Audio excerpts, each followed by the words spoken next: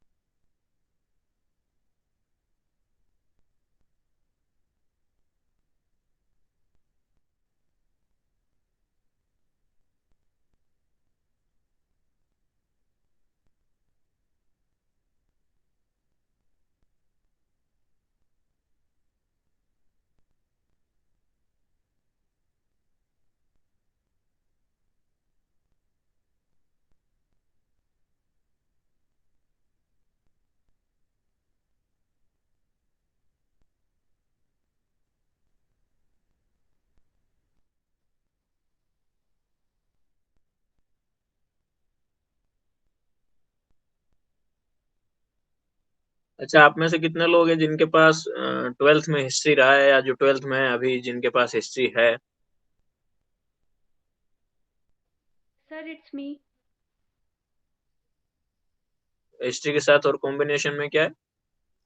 Geography and civics. Okay. I was also having history in 12th.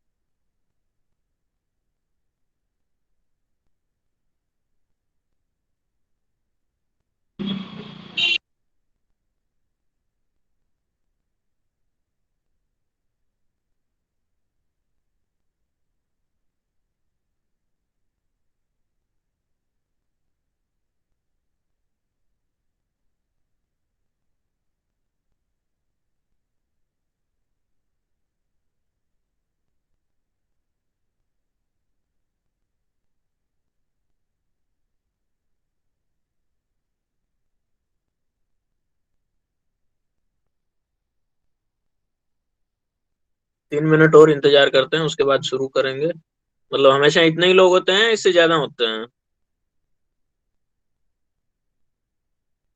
अभी तो 8 ही लोग दिखा रहे हैं, 8 से ज्यादा नहीं है कोई।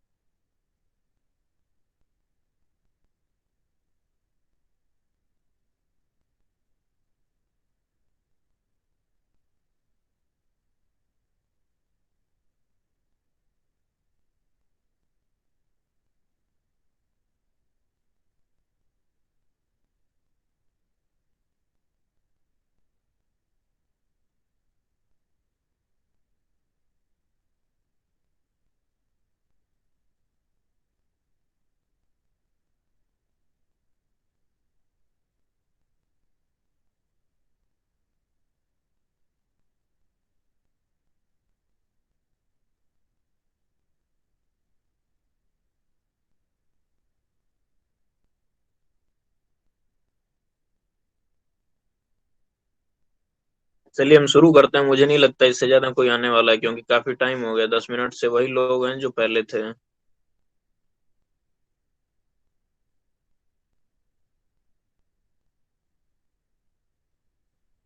कल हिमांशु ने जब सवाल पूछे थे तो हिमांशु बोल रहा था कि कुछ लोग सवाल पूछ रहे थे जो आप बताइएगा।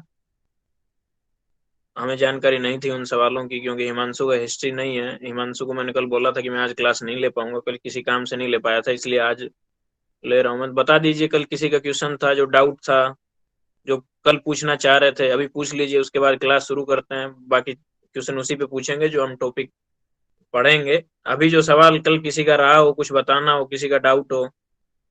No, sir. किसी का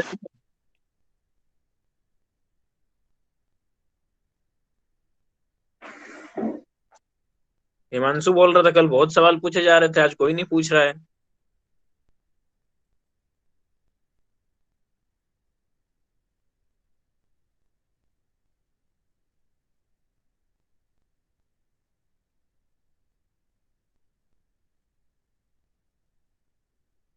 आज की क्लास जो शुरू करते हैं, सर स्वागत है आप सभी का द कम्युन गुरुकुल में। आज हम हिस्ट्री के जिस पार्ट की चर्चा करेंगे तो हम उसी से करेंगे, स्टोन एज से, जहाँ से इतिहास की शुरुआत मानी जाती है। इतिहास में सबसे पहले उसी को पढ़ा जाता है, चाहे हम 6th क्लास की बुक उड़ाते हैं, 6th के बाद चाहे मास्टर्स करते हैं, चाहे बैचलर्स करते हैं, सब में स्टोन एज से ही हिस्ट्री को शुरू किया जाता है।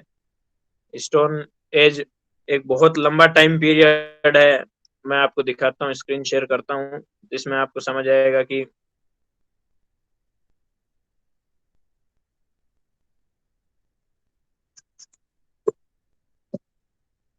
तो स्टोन एज में देखिए, स्टोन एज में 25 लाख साल से हम शुरू करते हैं। 25 लाख से लेके 1000 ईसा पूर्व तक, मतलब 25 लाख साल का इतिहास है जो इसमें कवर होता है। लेकिन फिर भी हम देखते हैं कि हिस्ट्री का जो बड़ा पार्ट है वो इसमें नहीं आ पाता। इन 25 लाख साल होने के बावजूद ये पूरा जो एज है, स्टोन एज, ये मात्र 20 पन्नों, 10 पन्नों में सिमट के रह जाता है। इसका कोई रीजन बता सकता है कि ऐसा क्यों होता है?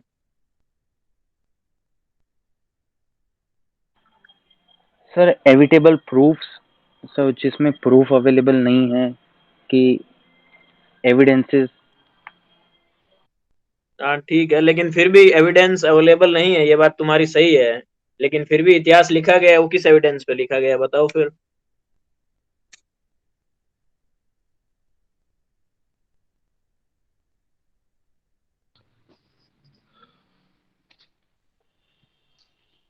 हाँ अभी बोलो। Sir, it was this. The histories which are saying right now must be discovered from the man caves which in which they were living. Ankita Bharti, history है ना तुम्हारे पास, तुम बताओ। यस सर, एक बार फिर से रिपीट कीजिएगा बिकॉज मैं लेफ्ट हो चुकी थी गलती से। अच्छा, मैं ये बोल रहा था कि इस जो स्टोन एज है उसको 25 लाख साल पहले से शुरू करते हैं हम पढ़ना। जो स्क्रीन पे यस देखिए, जिसमें पूरा पाषाण काल है, जो प्री पिलियोलिथिक एज है, वो हाँ 25 लाख साल से शुरू होती है, और बाद में नियोलिथिक एज जो तीसरा पॉइंट है उसमें 1000 ईसा पूर्व पे हम खत्म कर देते हैं। इतना बड़ा मतलब 25 लाख साल कवर करने के बावजूद इसमें हम बस ये पूरी जो स्टोन एज है ये 10 पन्नों में या फिर 20 पन्नों में सिमट के रह जाता है, ऐसा क्यों? सर एक्चुअली इतने टाइम में जो है कुछ, जैसे कि हम देख सकते हैं कि अ, ये जो टाइम पीरियड रहा है, ठीक है, पैलियोलिथिक और ये जो मेसोलिथिक पीरियड ये रहा है। तो इस टाइम पीरियड में बहुत सारे ऐसे भी बात नहीं है कि चेंजेस नहीं हुए थे। चेंजेस हालांकि टाइम टू टाइम पे हुए थे। कुछ कुछ चेंजेस तब भी थे, जैसे कि हंटर गैदरर्स पहले भी थे, मेसोलिथिक में भी थे, न्यूलिथिक में भी कहीं ना कहीं देखने को मिलते थे। ट्रांजिशन एग्रीकल्चर तक हुआ था सिर्फ, लेकिन एक पूरे तरीके से एक कल्चर अगर आप कहें, जो कि पूरे तरीके से ट्रांसफॉर्मेशन देखने को हमें ब्रोंज एज में दिखने को मिलता है, जो हमारा हड़प्पन सिविलाइजेशन जिसको कहा जाता है। सो आई थिंक सो नहीं दिस इज ठीक है, ट्रांजिशन पीरियड 25 लाख साल से लेके 1000 साल तक पहुंचने में 25 लाख साल मतलब बहुत बड़ा टाइम पीरियड होता है। हमारी जिंदगी 70 साल 80 साल में सिमट के रह जाती है। तो 25 लाख साल में कितनी पीढ़ियां खत्म हो गई ये सब लोग जानते हैं। लेकिन ये 25 लाख साल का जो इतिहास है वो मतलब उतना बड़ा क्यों नहीं है जितना बड़ा मतलब 1000 से लेके आज 2020 तक आया है, पिछले 3000 साल में हो गया है।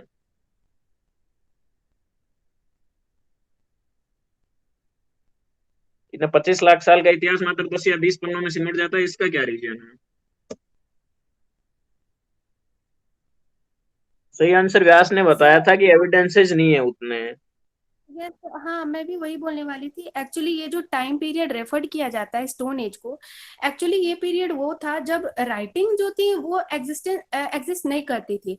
सो हमारा जो रिकंस्ट्रक्ट करने का जब बात आती है कि हम हिस्ट्री को कैसे, हमारे जो इवेंट्स वगैरह हुए हैं हिस्ट्री में, हम हिस्ट्री किस लिए पढ़ते हैं, जो कि इवेंट्स वगैरह हुए हैं उसको एनालिसिस करने के लिए, राइट। तो हमारे पास उस टाइम में जो है प्रूफ नहीं थे, हैंड रिटन डॉक्यूमेंट्स वगैरह नहीं थे। जो भी हमें मिले हैं थ्रू द एक्सकैप्शन, चाहे वो फॉसिल्स वगैरह हुए हो, उस पे हम रेडियो कार्बन का डेटिंग करके, थ्रू एनालिसिस करके हम लोगों ने एक कहीं ना कोई एक मोटा मोटी हम लोगों ने एक देने की कोशिश की है आर्कियोलॉजिस्ट ने। So this is one of the few reasons may be. हाँ, ये मे भी नहीं, यही एक रीजन है, बाकी तो कोई रीजन मुझे लगता नहीं है कि रहा है। एविडेंस नहीं है, एविडेंस नहीं होने के कारण ही इतिहास अधूरा है। अगर एविडेंस होते तो शायद इतिहास और लिखा जा सकता था। देखो, इसमें भी 3 पार्ट्स में डिवाइड किया जाता है, मतलब हिस्ट्री राइटिंग को जो है, उसमें ये होता है कि एक हिस्ट्री वो लिखी जाती है जिसमें मतलब जो जैसे स्टोन एज में जैसे कोई कुछ मिल गया, जैसे हम हड़प्पा को देखते हैं, तो हड़प्पा में क्या है कि कहीं मतलब वो मिला है, कहीं कुल्हाड़ी मिली है, कहीं इंडेक्स मिला है, कहीं कुछ मिला है। मतलब उसके आधार पे जो एविडेंस मिले उनके बेसिस पे जो हिस्ट्री लिखी जाती है, एक वो पार्ट हो गया। दूसरा पार्ट ये हो गया कि जिसमें एविडेंसेस तो हैं, मतलब राइटिंग का एविडेंस भी है, लेकिन उसको पढ़ा नहीं जा सका है। मतलब उन्होंने लिख के छोड़ दिया, हम आज तक नहीं समझ पाए हैं कि वो लिखा हुआ क्या है। तो एक पार्ट वो हो गया, और तीसरा पार्ट जो वो है कि जो राइटिंग्स लिखी गई हैं, जैसे राइटिंग्स लिखने का काम हम अशोक के टाइम पीरियड के बाद में, अशोक ने जो अभिलेख लिखवाए थे, तो उसके बाद में उसको माना जाता है कि हम उसके बाद पढ़ लेते हैं। जेम्स प्रीसेप ने शायद 1837 में सबसे पहले अशोक के अभिलेख को पढ़ा था। उसके बाद में हम देख सकते हैं कि राइटिंग्स के जो एविडेंस है उसको हम पढ़ते हैं, उसके बेसिस पे हिस्ट्री लिखते हैं। ये 3 पार्ट हो गए। अब आज आज हम खाली चर्चा स्टोन एज की करेंगे। स्टोन एज में ज्यादा पोर्शन है नहीं, क्योंकि स्टोन एज में इतना लंबा टाइम पीरियड होने के बावजूद भी उतना एविडेंस मिले नहीं है। एविडेंस नहीं मिले हैं, इसलिए क्या है कि हिस्ट्री नहीं लिखी गई है। इसमें बस वही कि पहले क्या मिला, बाद में क्या मिला। अब ये भी सही है नहीं है, ये कोई कुछ नहीं कह सकता। हर इतिहासकार का अपना मत होता है, कोई उसे सही बताता है, कोई उसे गलत बताता है। हर एक हिस्टोरियन दूसरे हिस्टोरियन के जो आइडिया होते हैं, जो उसका व्यू होता है, उसको काउंटर करता है। क्योंकि हिस्ट्री क्या है, कोई बताएगा मुझे? मतलब हिस्ट्री किसको कहते हैं, इतिहास क्या है? सर हमारे पास्ट को, उसके जो पास्ट में चीजें हो चुकी हैं, राइट, तो उसके बारे में जानना है हमें। अगर हमें उस पास्ट का अगर रिकंस्ट्रक्ट करना है तो हम कैसे करेंगे? तो वो जो इवेंट्स होते हैं जो हमारे पास्ट में हुए हैं उसी के स्टडी को हिस्ट्री हम बोलते हैं। The study about the past में जो भी इवेंट्स वगैरह हुए हैं तो उसकी स्टडी को हम हिस्ट्री बोलते हैं।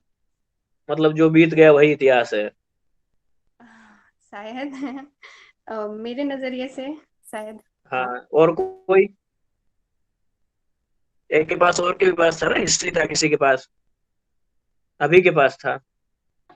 So basically, what we do in history, we try to learn, we try to get knowledge about what happens in the past, and it's just like a storytelling. It's a story about our past, what happened, what incidents happened, how the culture changed, how we came to know about agriculture, and each and everything which is be happen in history, and we study about it in that. अच्छा, ठीक है। मतलब जो कहानी है वही इतिहास है जो बीत गई, लेकिन वो कहानी सच है ये कैसे बता सकते हैं हम? हो सकता है ना कि कहानी झूठ भी हो, हमारे सामने झूठ पेश कर दिया गया, हमने किताबों में पढ़ा और उस झूठ को मान लिया। No, sir, I was not telling that, but there are many evidence we have found. हाँ, No? मैं समझ गया, लेकिन बात यह है कि इतिहास में कहानी झूठी भी बताई जा सकती है और हम उसी को पढ़ लेते हैं, वो भी इतिहास हो सकता है उस हिसाब से कि हमने फिर अगर कोई झूठी कहानी बता देता है तो मतलब ये है कि हमने इतिहास झूठा पढ़ा है, वो इतिहास है ही नहीं जो हमें बताया गया है। पर जैसे जो हिस्ट्री होती है सर वो प्रूफ्स पे लिखी जाती है बुक्स में, जिसके एविडेंस मिले हैं या जिसका कोई मिला है, रिमेन्स मिलते हैं कि वहां पे हंटर गैदरर्स ये करते थे, उस पे हमें एविडेंस मिला तो हमने उसको बुक में लिखा। तो हिस्ट्री गलत नहीं पढ़ाई जा सकती। हिस्ट्री गलत नहीं पढ़ाई जा सकती। अच्छा, एविडेंस मिले हैं, ठीक है, मान ली तुम्हारी बात कि एविडेंस मिले, लेकिन एविडेंस को अपने हिसाब से तो पेश किया जा सकता है ना। एविडेंस में अब कुछ भी एविडेंस मिला है, उसके हर हिस्टोरियन का अपना मत होता है। जैसे फॉर एग्जांपल तुम्हें कटोरी मिली, तो कोई कहता होगा कटोरी में पानी पीता था, अब दूसरा हिस्टोरियन ये भी कह सकता है नहीं, कटोरी में पानी नहीं पिया जाता था, गिलास में पानी पिया जाता था, कटोरी में खाना खाया जाता था। तो हम किसको सच मानेंगे?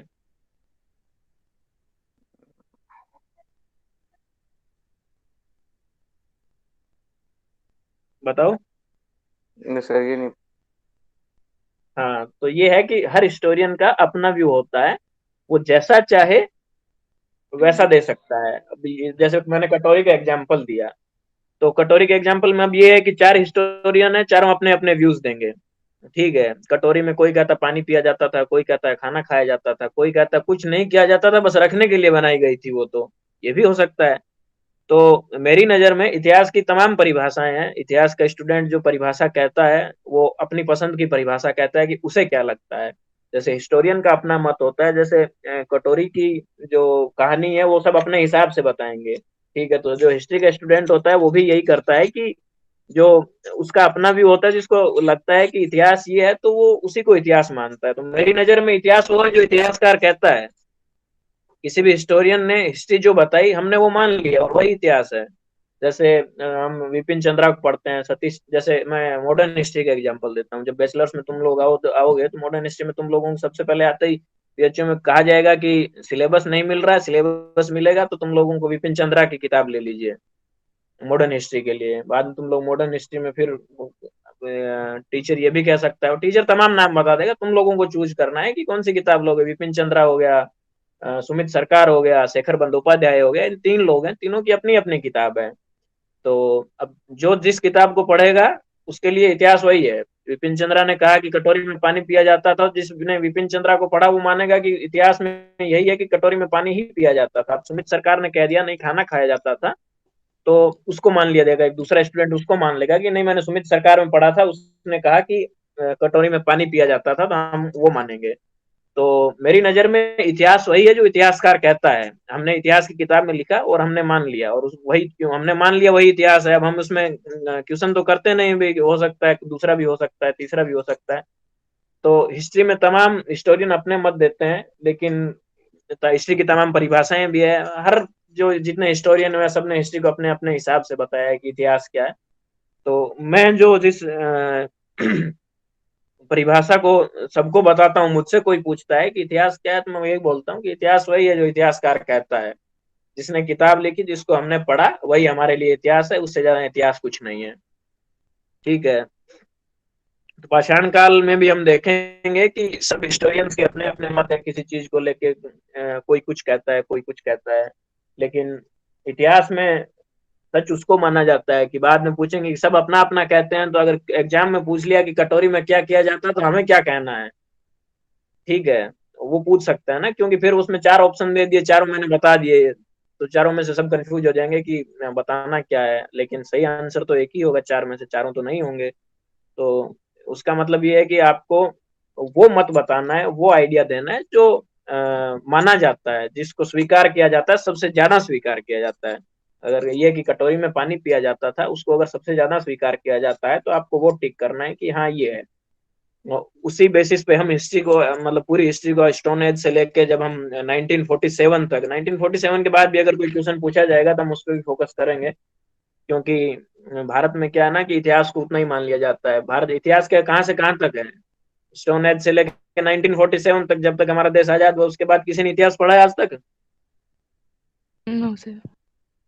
हाँ, तो वो इतिहास नहीं पढ़ा गया है, ना लिखा गया है। काफी लोगों ने अच्छी अच्छी किताबें लिखी है कंटेम्प्रेरी इंडिया पे, समकालीन भारत का जो इतिहास है, आजादी के बाद भारत कहाँ से कहाँ तक पहुंचा। जो देश एकदम गरीब था, जिसमें आधी से ज्यादा आबादी गरीब थी, वो वहां से उठ के आज यहाँ तक कैसे पहुंची। देश में एजुकेशन जो थी, वो जहाँ मात्र 1%, 2%, 4% लोगों के मतलब एजुकेटेड थे, वो लोग आज 74% तक कैसे पहुंचे, ये भी अपने आप में इतिहास है। देश की अर्थव्यवस्था यहाँ तक कैसे पहुंची, कितने नेता हुए जिन्होंने देश के लिए अच्छा किया, कितने नेता हुए जिन्होंने भ्रष्टाचार किया, ये भी अपने आप में इतिहास है। और जिसको नहीं पढ़ा गया है, अभी तक नहीं पढ़ाया गया है। तुम लोग जब हिस्ट्री, अगर बीए में एडमिशन के बाद तुम लोगों में से कोई हिस्ट्री लेगा और हिस्ट्री ऑनर्स लेगा तो उसमें जब छठे सेमेस्टर में आएगा तो पढ़ाया जाएगा। छठे सेमेस्टर में एक मतलब 5 सेमेस्टर तक ऐसा कोई पेपर नहीं है, लेकिन 6 सेमेस्टर में एक पेपर है कंटेम्प्रेरी इंडिया का, जिसमें तुम लोगों से तमाम चीजें पूछी जाएगी। जैसे ये भी इतिहास है, राम मंदिर के अपना इतिहास है। जब मस्जिद गिराई गई और आज राम मंदिर बन गया है, बन रहा है, और आज से 2 साल बाद वो जब बन के तैयार हो जाएगा तो इसका राम मंदिर का भी अपना इतिहास होगा, किताबों में दर्ज होगा कि मस्जिद क्यों गिराई गई, कैसे गिराई गई, गिराने के पीछे गिराने वालों ने क्या तर्क दिए। और बाकी जैसे अभी जो कर वर्तमान सरकार है वो तमाम बातें करती है, हिस्ट्री को रीराइट करने की बात करती है कि हिस्ट्री को हम दोबारा से लिखेंगे। तो इसका मतलब ये है कि जो हिस्ट्री लिखी गई है वो सही नहीं लिखी गई है, हम जो इतिहास पढ़ रहे हैं वो सही नहीं है। तो अब जो इस सरकार के जो इतिहासकार होंगे वो अपने हिसाब से इतिहास लिखेंगे, और जब किताबों ये स्कूल में आ जाएगी और वही किताबें जब हम पढ़ने लग जाएंगे तो वो वही इतिहास हो जाएगा, जो इन्होंने कह दिया वो इतिहास हो जाएगा। जरूरी नहीं है कि अभी अगर हमने कह दिया कि नेहरू जी का जन्म, गांधी जी का जन्म 2 अक्टूबर को हुआ था, अगर किसी इतिहासकार ने लिख दिया कि 2 को नहीं 4 को हुआ था, और सरकार ने ये मान लिया, किताबों में चल गया कि 4 को हुआ था, और ऑप्शन में 4 ही सही होने लग गया, तो हमें मानना पड़ेगा कि गांधी जी का जन्म 2 अक्टूबर को ना हो कि 4 को हुआ था। ठीक है, तो इस पे हम उसमें देखेंगे कि कितने क्वेश्चन आते हैं कंटेम्प्रेरी इंडिया में, और उसी हिसाब से हम कंटेम्प्रेरी इंडिया के क्वेश्चंस को कवर करेंगे। लेकिन कंटेम्प्रेरी इंडिया से जहां तक मुझे लगता है अभी तक पूछा जाने नहीं लगा है। मास्टर्स के एंट्रेंस में भी नहीं पूछा जाता, मुझे नहीं लगता बैचलर्स के एंट्रेंस में पूछा जाएगा। अगर ऐसा पीछे को कुछ ट्रेंड रहा होगा, एक आध क्वेश्चन पूछा गया होगा, तो हम जैसे गांधी जी की हत्या कब हुई, ये इतिहास 1947 के पहले का क्वेश्चन नहीं है, ये कंटेम्प्रेरी इंडिया का क्वेश्चन है, क्योंकि 19 जब गांधी जी को 30 जनवरी 1948 को मारा गया था, तो गांधी जी की हत्या हुई, तब तक देश आजाद हो चुका था, और कंटेम्प्रेरी इंडिया में आएगा। तो ये सवाल है, अगर ये किसी ने पूछ लिया तो ये समकालीन भारतीय इतिहास का हिस्सा होगा। जब हम शुरू करते हैं पिलियोलिथिक एज, पूरा पाषाण काल से। पूरा पाषाण काल को 3 भागों में डिवाइड किया जाता है। ठीक है, 3 भागों में से पहला है जो है प्री पिलियोलिथिक एज, उसमें 25 लाख से 1 लाख हो गया। ये टाइम पीरियड लिख लीजिए या स्क्रीनशॉट ले लीजिए अपनी स्क्रीन का, ताकि पता चल जाए। बाकी इससे आज हम इतना, मैं इसके बारे में हम डिस्कशन करेंगे, लेकिन इसके जो भी क्वेश्चन होंगे उनका पीडीएफ बना के मैं उसका ऑप्शन लिख के सारा कि कौन सा क्या है, या फिर मैं डायरेक्ट आंसर लिख दूंगा। बाद में आगे क्विज होगी तो क्वेश्चन क्रिएट किए जाएंगे, कुछ नए क्वेश्चन बनेंगे वो भी मैं जोड़ दूंगा, क्योंकि अभी अगर सारे सब बता देंगे तो तुम लोग बाद में क्या पढ़ोगे क्या नहीं, मुझे जानकारी नहीं है। क्विज में सारे पर्सन सही कर दोगे, ऐसा नहीं होना चाहिए, उतना कॉन्फिडेंस काम का नहीं होता है एंट्रेंस के लिए। ये आदमी को ये वहम हो जाता है कि हम सारे कर देंगे, तब मैं मोस्टली सारे क्वेश्चन कवर करते हुए चलूंगा, साथ साथ में जो भी नए क्वेश्चन आएंगे उनको भी आगे ऐड करते हुए चलूंगा। पीडीएफ भेज दूंगा मैं जितने क्वेश्चन बनेंगे स्टोन एज से, क्योंकि स्टोन एज इतना लंबा टाइम पीरियड है, लेकिन एविडेंस नहीं है, इतनी हिस्ट्री राइटिंग हुई नहीं है इस पे, तो बहुत कम सवाल बनते हैं इस पे। प्री पिलियोलिथिक एज है वो 25 लाख से 1 लाख 1 लाख साल तक की हो गई। उसके बाद में मिडिल का जो पार्ट है वो 1 लाख से 40,000 साल तक का हो गया, और अपर पिलियोलिथिक एज है वो 40,000 से 10,000 साल तक की हो गई। इस टाइम पीरियड में अगर हाँ स्टोन एज में भी हम देखते हैं तो जो पिलियोलिथिक एज है वो उतनी मायने नहीं रखती है, उससे ज्यादा सवाल नहीं आते हैं, क्योंकि इसमें 25 लाख साल से लेके 10,000 साल ईसा पूर्व तक की जो हिस्ट्री है, इसमें यही बताया गया है कि आदमी क्या था, आदमी का विकास कैसे हुआ। ठीक है, ये सोनोजोइक महाकल्प से लेके वो बाद में जो होमोसेपियंस बना, उस होमोसेपियंस बनने का क्या इतिहास है, क्योंकि आज का जो मानव है उसको होमोसेपियंस बोला जाता है, वर्तमान मानव प्रजाति वो होमोसेपियंस है। तो यहाँ तक कैसे पहुंचा जो आदमी है, वो आदमी का 25 लाख साल में धीरे धीरे, कोई कहता है चिंपैंजी था, आदमी जो भी था, मतलब तमाम लोग हैं इसे तमाम नाम देते हैं। जैसे जो आदमी की जो होमोसेपियंस तक बनने की कहानी है उसको 4 पार्ट में डिवाइड किया जाता है। चारों में सबसे पहला जो आता है वो होमो हेबिलस आता है, उसके बाद में होमो इरेक्टस आता है, उसके बाद में होमो सेपियंस आता है, और होमो सेपियंस के बाद में होमो सेपियंस सेपियंस आता है, मतलब जो आज के बाद वर्तमान मानव प्रजाति है। जो होमो हेबिलस और होमो इरेक्टस के बाद में जो तीसरा होमो सेपियंस है, उसमें चिंतनशील मानव, जो कि आदमी सोचने लगा था, विचार करने लगा था, उस आदमी के विकास को माना जाता है। 25 लाख साल में और 40,000 10,000 साल तक ये होमो हेबिलस से होमो सेपियंस सेपियंस बनने की कहानी है। और उसके बाद में इसमें कोई सवाल नहीं बनता है, इसमें अगर कोई सवाल बनेगा मैं देख लूंगा अच्छे से, अगर कोई सवाल बनेगा तो मैं सवाल दे दूंगा उसमें पीडीएफ बना के। लेकिन इसमें ये है कि ये पूछा जा सकता है, लेकिन ये बी लेवल पे मुझे नहीं लगता पूछा जाएगा। जैसे इसका नाम किसने दिया, पिलियोलिथिक एज इसको क्यों कहा जाता है, किसने कहा, मिडिल अपर प्री वाला जो पोर्शन है इसको किस किसने नाम दिया, ये नहीं पूछा जाएगा। उसके बाद में हम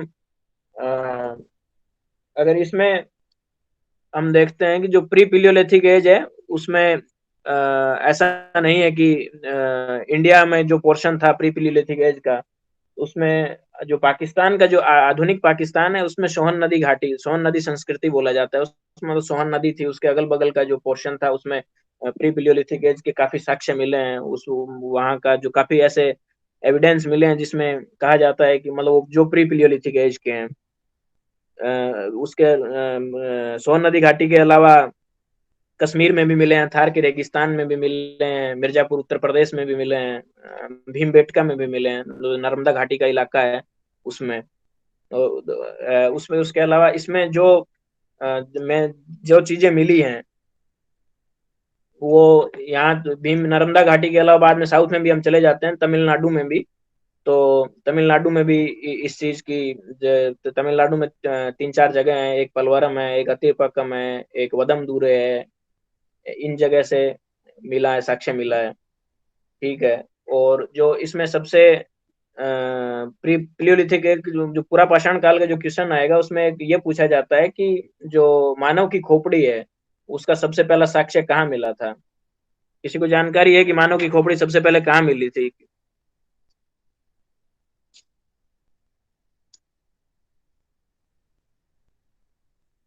किसी को नहीं पता है आदमी की खोपड़ी कहाँ मिली थी सबसे पहले इंडिया में?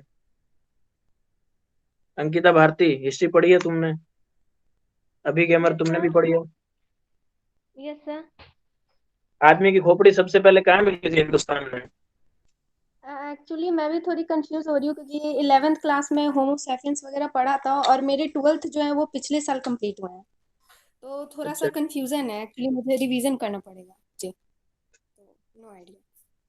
सबसे पहले हथनोरा नाम की जगह है मध्य प्रदेश में, नर्मदा घाटी का इलाका है। जो पहले क्या होता था कि पानी, अभी तो लोग बोरवेल ट्यूबवेल खुदवाने लगे हैं, जमीन से पानी निकालने लगे, पहले ऐसा सिस्टम नहीं था। तो पहले नदियां जहां आती थी, नदियों के किनारे किनारे संस्कृति बसती थी, नदियों के किनारे किनारे लोग रहते थे। तो जो हम पुराना इतिहास पढ़ेंगे तो उसमें यही है कि फलानी नदी उस नदी के किनारे ये मिला है, उस नदी के किनारे वो मिला है, वो शहर उस नदी के किनारे बसा था, वो बाएं तट पे बसा था, वो दाएं तट पे बसा था। तो उसका कारण यही था कि पानी की उपलब्धता वहां ज्यादा थी, ज्यादा क्या थी, वहीं थी, उसके अलावा थी नहीं।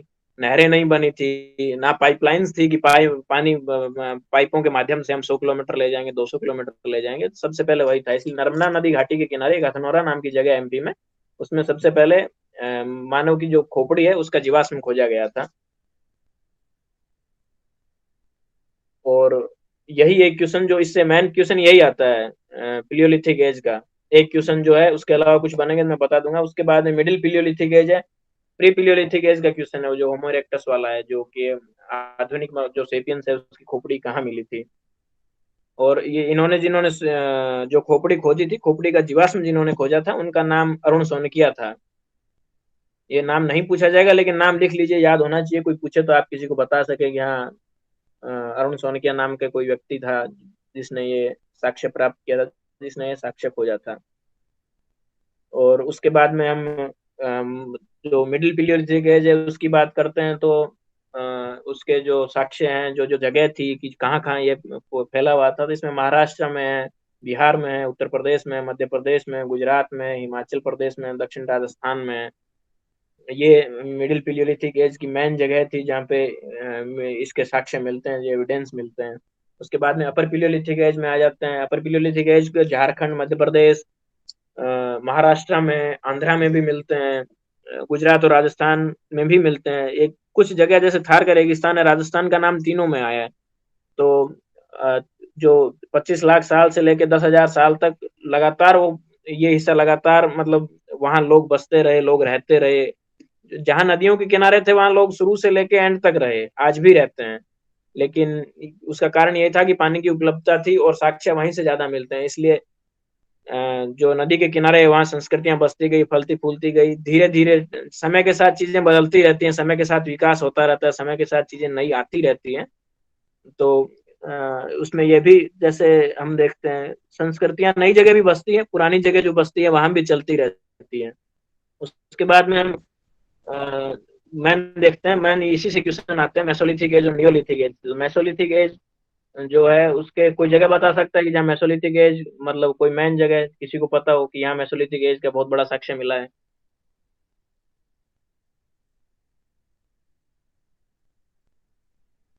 अच्छा, मेसोलिथिक एज में कुछ क्या बड़ा हुआ, मतलब ऐसा कुछ नया बदलाव, बहुत बड़ा बदलाव?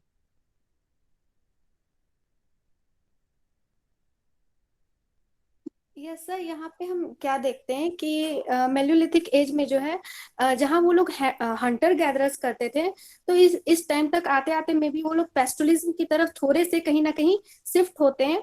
सेकेंड पॉइंट ये कि जहाँ पे हम देखते थे कि पैलियोलिथिक में स्टोन वो लोग क्या करते थे, बड़े बड़े बनाते थे हंटिंग के लिए मेनली। इस टाइम में शायद माइक्रो स्टोन कहते थे टूल्स का नाम एग्जैक्टली याद नहीं आ रहा है, लेकिन स्पेक्ट्रम के बुक में मैंने कहीं तो पढ़ा था कुछ कि छोटे छोटे वो माइक्रोलिथ्स। लोग माइक्रोलिथ्स। हाँ हाँ हाँ हाँ एग्जैक्टली। तो वो मैंने वर्ड पढ़ा था कि वो छोटे छोटे वो लोग हथियार वगैरह बनाने लगे थे। तो ये शायद कुछ पॉइंट्स हो सकते हैं। हाँ, ये सारे पॉइंट सही है। अच्छा, मेसोलिथिक एज जो है इसमें मध्यपाषाण काल में जो लोग रहते थे उनका पालतू पशु क्या था, सबसे ज्यादा जिसको पाला जाता था? डॉग। सर कुत्ता। हाँ, एकदम सही है। कहाँ से पढ़ा? सर बुक से। हाँ, मेसोलिथिक एज है उसमें कुत्ता जो था सबसे ज्यादा पाला जाता था। और जो ये टाइम पीरियड था नियोलिथिक एज तक आते आते भी, मतलब नियोलिथिक एज में लोग जैसे भैंस है, गाय है, रखने लगे थे, एक जगह रहने लगे थे। पहले जहाँ घूमते रहते थे वो चीजें बदल गई थी, एक जगह रहने लगे थे। उस टाइम तक लोगों को कि गाय दूध देती है ये जानकारी नहीं थी। उनका मेन जो रीजन होता था रखने का वो यही था कि हमें मारना है और खाना है। तो इसलिए वो पूरा फायदा इन चीजों का नहीं उठा पाए थे। जैसे गाय का फायदा पूरा वही उठाता है ना जो दूध पीता है। दूध किसी ने नहीं पिया तो गाय का पूरा फायदा नहीं जानता है, उसने बस मांस खाया है, वो क्या जानेगा। अभी तो गाय का मांस खाना बहुत क्रांतिकारी साबित हो सकता है इस देश में, लेकिन पहले खाया जाता था। अच्छा, और कोई किसी को कुछ पूछना है तो बताइए।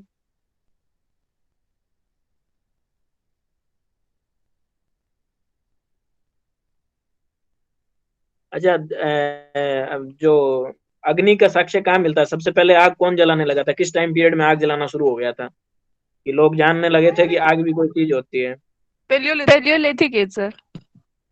पेलियोलिथिक एज में? सही में? नहीं, नव पाषाण काल। हाँ, नवपाषाण काल सही है, लेकिन ये क्या हुआ था ना कि मध्यपाषाण काल के एंड में और नवपाषाण काल का जो पहले जो शुरुआत का जो टाइम पीरियड था, स्टार्टिंग का, उसमें खोज हो चुकी थी। लोग जानने लगे थे प्री पिलियोलिथिक एज में ही कि आग नाम की कोई चीज होती है, आग कैसे जलती है ये भी जानने लगे थे। खोज हो चुकी थी प्री पिलियोलिथिक एज में बहुत पहले।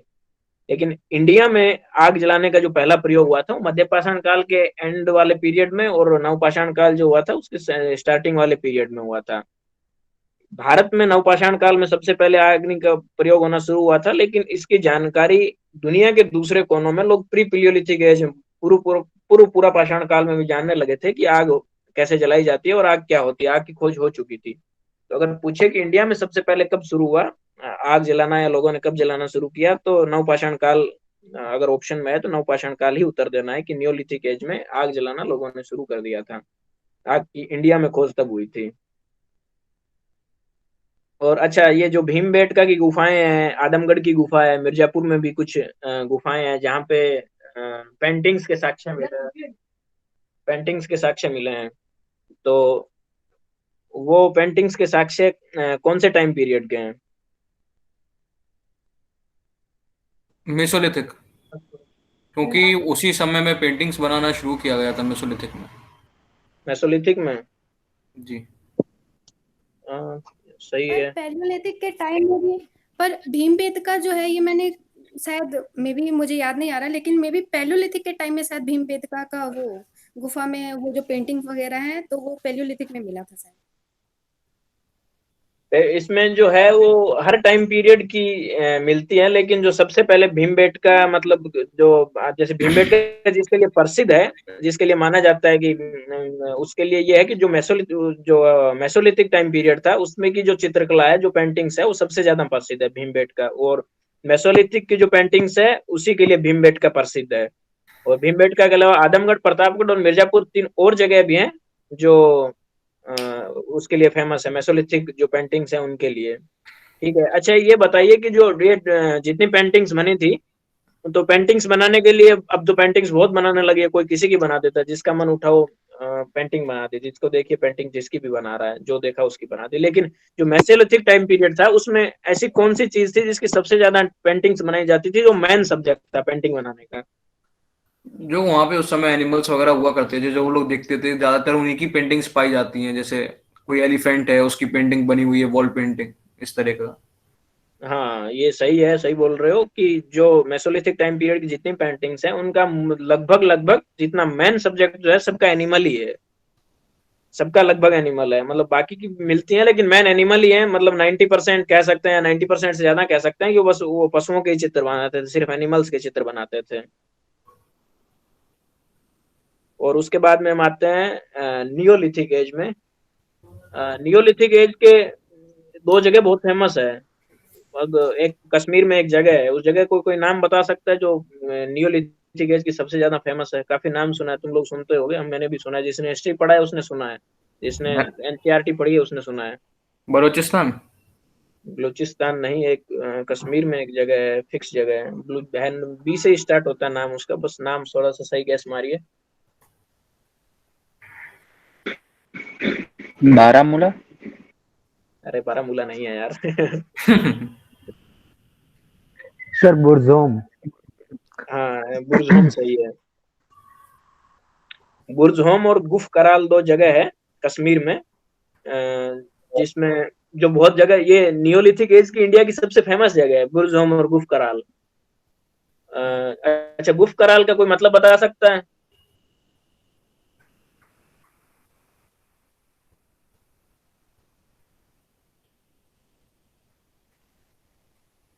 आवाज आ रही है मेरी? Yes sir. अच्छा हाँ, तो कश्मीर में दो जगह है, बुर्जहोम और गुफ कराल, मैंने अभी जो बताई। तो उसमें से बुर्जहोम और गुफ कराल का कोई मतलब बता सकता है कि बुर्जहोम इसलिए उसको नाम दिया गया और गुफ कराल उसको नाम दिया, मतलब इस कारण से नाम दिया गया है? बुर्ज होम जो है वो इसलिए कहा जाता है कि वहाँ एक भुर्ज नाम का पेड़ है, और भुर्ज पेड़ का जो स्थान है उस मतलब उसी के लिए उसको बुर्ज होम कहा जाता है। और गुफ कराल का मतलब होता है कुम्हार की गुफा। कुम्हार जो होता था उसका अपना काम था, तो शायद इसीलिए उसको गुफ कराल कहा जाता है। अच्छा, ये जो बुर्ज होम है ये किसके लिए फेमस है? मैं ये तो बता दिया कि नियोलिथिक है, जो बहुत बड़ा बहुत बड़ी जगह है, बहुत ज्यादा इसका नाम लिया जाता है, लेकिन क्यों लिया जाता है? यहाँ किस चीज के एविडेंस मिले हैं?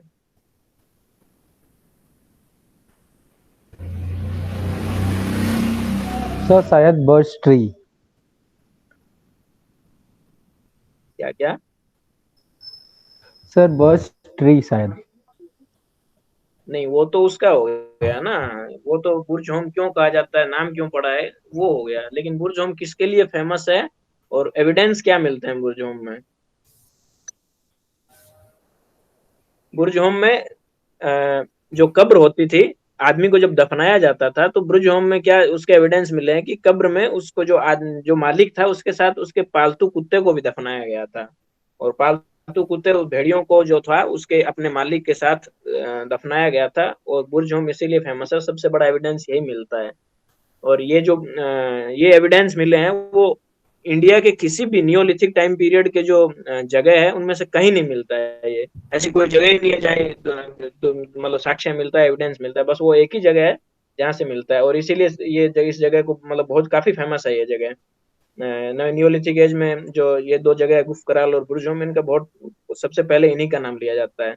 अच्छा, नियोलिथिक एज में लोग पालतू मतलब पशु बन मतलब पालना शुरू कर दिए थे, लोग एक जगह रहने लगे थे, लोगों भैंसों को पालना शुरू कर दिया था, गाय को पालना शुरू कर दिया था, पालतू बनाने लगे थे। पालने का मतलब पहले ये होता था पालतू, पहले कुत्ते को, जैसे नियोलिथिक एज में मेसोलिथिक एज में तुम लोग बता रहे थे कि कुत्ता को पालतू माना जाता था, सबसे ज्यादा जो पालतू पशु था वो कुत्ता था। तो नियोलिथिक एज में गाय और भैंस को भी पालतू बनाने लगे थे। तो जो पालतू भैंस का जो सबसे पहला एविडेंस है कि यहाँ भैंस पालने लगे थे, और ये मतलब एविडेंस कहाँ से मिला है सबसे पहले?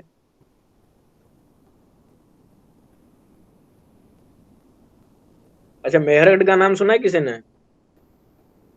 Yes sir.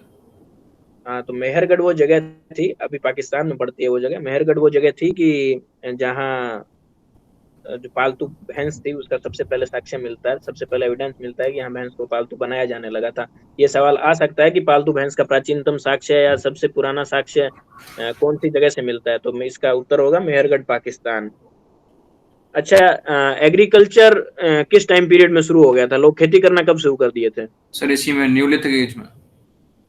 और सबसे कौन सी जगह है जहाँ सबसे पहले इसके एविडेंस मिलते हैं कि खेती शुरू हो गई थी, जहाँ से ये पता चलता है? सर सिंधु नदी के किनारे। सिंधु नदी के किनारे तो ठीक है, लेकिन जगह का नाम बताइए। सिंधु नदी तो बहुत। सर हाँ, यूपी इलाहाबाद। इलाहाबाद में कहाँ सिंधु नदी है? गंगा आती है कि नहीं आती है? सर यूपी इलाहाबाद में भी मिला था वैसे राइस का एविडेंस। नहीं नहीं, ये जो पालतू भैंस का जहाँ सबसे पहले एविडेंस मिलता है मेहरगढ़ में, एग्रीकल्चर सबसे पहले कहाँ से शुरू हुई उसका आंसर भी मेहरगढ़ ही है। एग्रीकल्चर शुरू होने का प्रथम एविडेंस, जो सबसे पहला एविडेंस है, सबसे जो पहला साक्ष्य है, वो मेहरगढ़ से ही मिलता है। और उसमें दूसरी बात यह है कि वो सिंधु नदी के किनारे नहीं है मेहरगढ़, वो बोलन नदी के किनारे है। एक बोलन नाम की नदी है, BOLAN, बोलन। बोलन नदी के किनारे सबसे पहले साक्ष्य मिलता है, और बोलन नदी के किनारे ही मेहरगढ़ पड़ता है। अच्छा, सबसे मतलब लोगों ने सबसे पहले किसकी खेती, क्या चीज? सर बोलन तो डिस्ट्रिक्ट है ना बलूचिस्तान में, पाकिस्तान में। हाँ, तो बोलन डिस्ट्रिक्ट क्यों नहीं हो सकता है? नदी के नाम पे डिस्ट्रिक्ट का नाम भी तो पड़ सकता है। Okay sir. हाँ, अगर तो उसमें मतलब जिस नदी के किनारे कोई शहर बसा है, तो उस नदी के नाम पे उसके किनारे बसे शहर का नाम पड़ना कोई बड़ी बात नहीं है। और ऐसे एक बोलन का नहीं, एक तुम जो कहा कि बोलन एक शहर है, तो एक बोलन का नहीं, ऐसे तमाम उदाहरण मिल जाएंगे जो किसी नदी के किनारे बसे हैं और उस नदी के नाम पे उस शहर का नाम पड़ गया। तो बोलन नदी थी, बोलन नदी के किनारे एक मेहरगढ़ नाम की मेहरगढ़ थी। मेहरगढ़ में एग्रीकल्चर का सबसे पहला एविडेंस और पालतू भैंस का, लोगों ने भैंस पालना शुरू कर दिया था, उसका पहला सबसे पहला एविडेंस भी वहीं से मिला है। और इसके अलावा जो मेहरगढ़ है, वो मेहरगढ़ का जो मेहरगढ़ और बलूचिस्तान का जो इलाका है, उसको रोटी की टोकरी कहा जाता था। मतलब वहाँ एग्रीकल्चर शुरू हो चुकी थी, और लोगों की जो लाइफ है, लोगों का जो डेली जीने का जो तरीका है, उसमें सुधार आने लगा था। तो इसीलिए वहाँ जो एग्रीकल्चर शुरू होने के कारण, अगर एग्रीकल्चर शुरू होगा तो सीधी सी बात है कि लोगों की जो आम जिंदगी है उसमें बदलाव, बहुत बड़ा बदलाव आएगा, लोगों की लाइफ स्टाइल काफी सुधरेगी। तो इसीलिए उस जो इलाका है तो उसको रोटी की टोकरी कहा जाता था, जो बलूचिस्तान और मेहरगढ़ का जो पोर्शन है उसको। और इसके अलावा कोई जो मेहर जिसको पता हो नियोलिथिक एज का कुछ, कोई बता सकता है क्या? सर उस समय न्यूलिथिक एज में टूल्स थे, वो बोन्स के बनाने लग गए थे वो लोग। हाँ, ये भी सही है। और सर उस समय शायद से सर पॉटरी आ गई थी, उसमें वो कटोरी वटोरी बनाते रहते थे वेयर से, उससे। हाँ, ठीक है। और कुछ?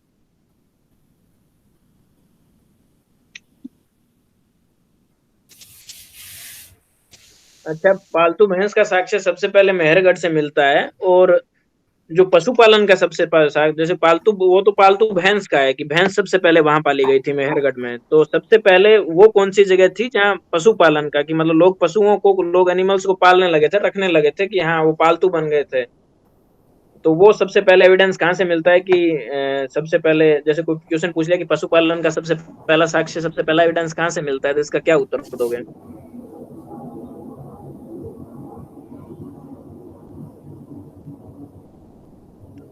किसी को नहीं पता है? नहीं सर। बागोर और आदमगढ़ दो जगह है, एक बागोर है, दूसरी आदमगढ़ है।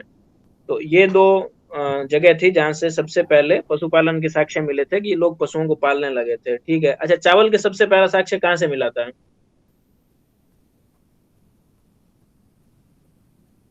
ये इलाहाबाद में मिला था। इलाहाबाद में एक जगह है, उसका नाम बताना है आपको। कोल्डी हवा इलाहाबाद। हाँ ये सही है, कोल्ड हवा इलाहाबाद में सबसे पहले चावल का साक्ष्य मिलता है। ये पर्सन भी पूछ सकते हैं कि चावल का साक्ष्य सबसे पहले कहाँ मिलता है।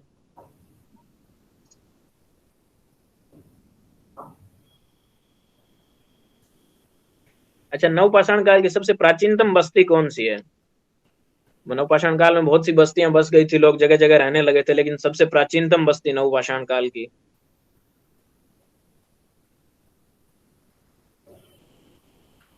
किसी को पता है?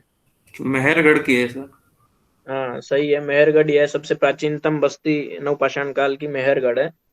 मेहरगढ़ से नवपाषाण काल एक कह सकते हैं कि नवपाषाण काल का अध्ययन जो स्टडी जो शुरू होती है, जो पढ़ना लोग शुरू करते हैं, मतलब जो भी सर्वे होते हैं तो मेहरगढ़ से ही शुरू होते हैं, मेहरगढ़ से आगे बढ़ते हैं सबके सब।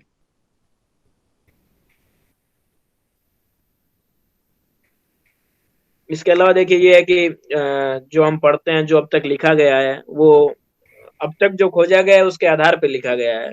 टाइम के साथ साथ नई चीजें मिलती रहती है, नई चीजें खोज मतलब खोजी जाती रहती हैं, लेकिन इनका अभी तक कुछ ऐड हुआ नहीं है। जब ऐड होगा तो मतलब जो नहीं ऐड हुआ है वो नहीं पूछा जाएगा। लेकिन ऐसा नहीं है कि ये जो अब तक हमने पढ़ लिया है बस वही इतिहास है, जरूरी नहीं है। हो सकता है आज से 20 साल बाद कुछ नया मिल जाए तो इसमें बदलाव आ जाए। हो सकता है इन जो मेहरगढ़ है, उत्तर की नवपाषाण काल का प्राचीनतम बस्ती मेहरगढ़ है, हो सकता है कोई नई बस्ती मिल जाए, उसका उत्तर बदल के मेहरगढ़ से वो हो जाए, ये भी संभव है। लेकिन हमें यही फोकस करना है कि जो हम पढ़ रहे हैं वो। अच्छा ये बताइए कि एक तो जानवरों को पालतू बनाने लगे थे नियोलिथिक एज में, एक एग्रीकल्चर की शुरुआत हो गई थी, और एक और बड़ा चेंज आया था लोगों की जिंदगी में, वो क्या था? जो हम मतलब काफी बड़ा चेंज, एक बहुत बड़ा चेंज, बस्तियां बसनी शुरू हो गई थी। तो इतना हिंट दे दिया, बता दीजिए कि क्या परिवर्तन आया होगा। ये किसी का कमेंट आया? एग्रीकल्चर, एग्रीकल्चर तो मैं बता चुका हूँ, एग्रीकल्चर की शुरुआत हो चुकी थी, जानवरों को पालतू भी बनाया जाने लगा था। Sir discovery of wheel. Wheel. Village या कमिटी, मतलब कि हम देख सकते हैं कि अब वो लोग माइग्रेशन नहीं करते थे, अब वो लोग एक फिक्स जगह पर रहने लगे थे, वो लोग एक विलेजेस में रहने लगे थे, ऐसा।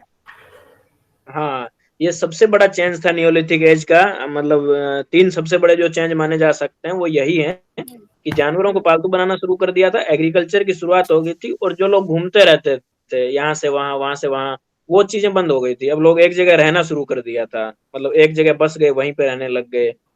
उस चीज वो नियोलिथिक एज का सबसे बड़ा चेंज था, सबसे बड़ी शुरुआत थी नियोलिथिक एज की। यही क्वेश्चन बनते हैं, इसके अलावा नियोलिथिक एज में और इसमें स्टोन एज में कोई क्वेश्चन बनते नहीं है। जो भी बनते बनेंगे, मैंने काफी क्वेश्चन पूछ भी लिए हैं आप लोगों से, और जो क्वेश्चन इसके अलावा बचे होंगे तो मैं सब लोगों को पीडीएफ शेयर कर दूंगा, जो जो क्वेश्चन बचे होंगे उनकी। इसके अलावा कुछ पूछना हो किसी को?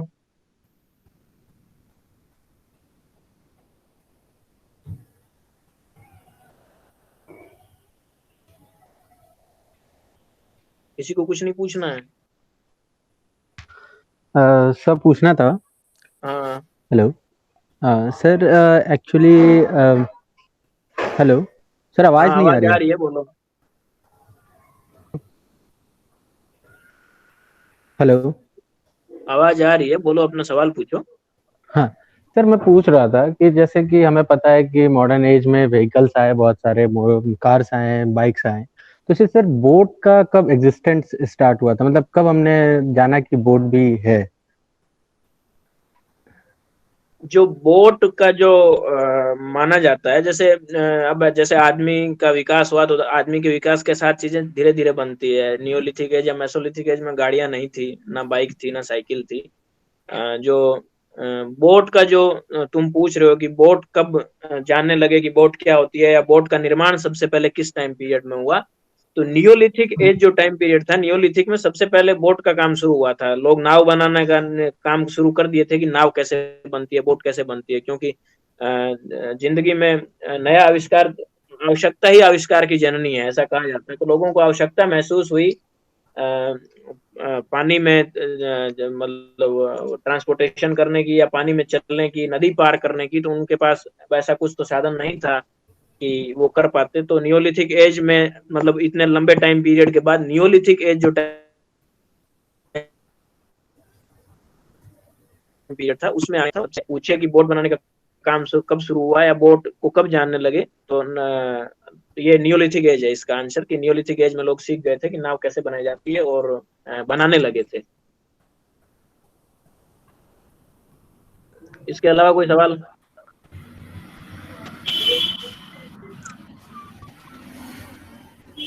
किसी का कोई सवाल नहीं है?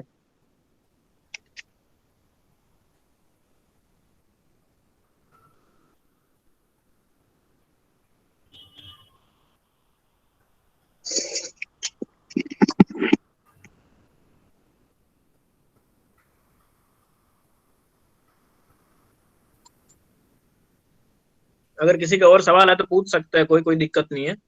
बाकी इसके अलावा इससे जो क्वेश्चन बनेंगे वो मैं शेयर कर दूंगा, पीडीएफ शेयर कर दूंगा, जितने सवाल मैंने आपसे पूछे हैं वो भी मैं डालूंगा उसमें पीडीएफ में, वो भी सवाल रहेंगे और उसके अलावा नए सवाल भी रहेंगे जो अभी तक नहीं पूछे गए या जो छूट गए हमसे इस क्लास में।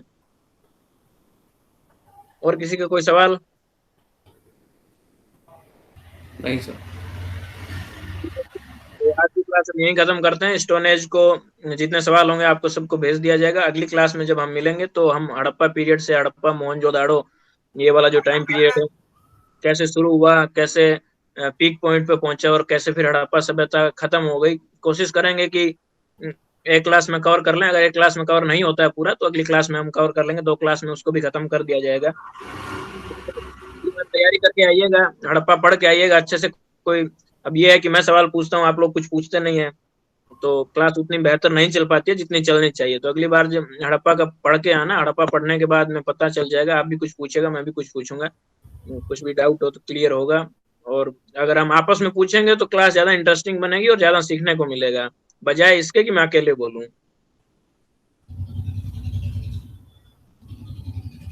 चलिए ठीक है, आज की क्लास यहीं खत्म करते हैं और अगली क्लास में मिलेंगे अब सीधा। Thank you. Thank you. Thank you, sir.